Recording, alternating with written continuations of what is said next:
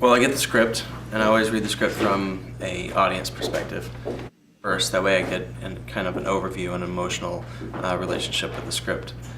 Basically, reading it from the audience perspective allows me to say to myself what the script, how it's going to affect the audience, how I'm going to interpret it emotionally, what I'm going to be left with. Then I read it again from a director's standpoint. That allows me to go into the details, be a little more focused on the location, where it takes place, kind of give a world that this would probably exist in. And then third time I read it, the character's perspective.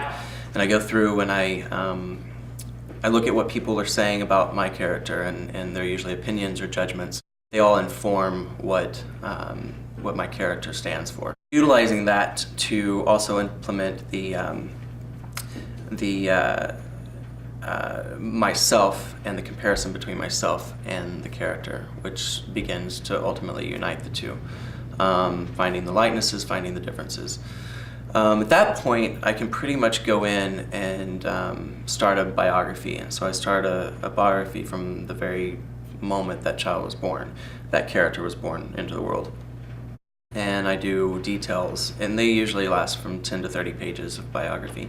So from that, it's really cool because I get to really create a whole nother story around the script, and those have turned into short stories that have developed into other screenplays and things like that. My motto is that nobody knows that character on set better than I do. The director doesn't know, the writer doesn't know. The bio allows you to really get into the head of the character in writing in freehand. Cursive really allows it to go into the subconscious. And you're going to discover things when you start talking about your mom and your dad and how, whether you had a mom, whether you had a dad, or at what age they left you and how that affected you.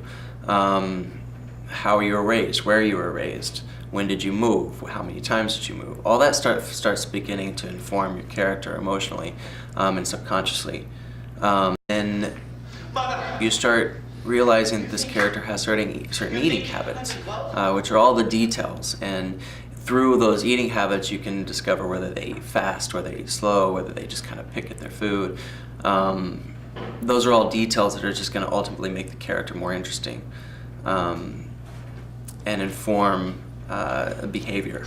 And I think behavior is by all means the most important aspect of a character to create. Because without behavior, you have the lines, but really without what you're doing is really the most important thing. Me, I'm offering you the freedom to live out your American dream with your son. I am.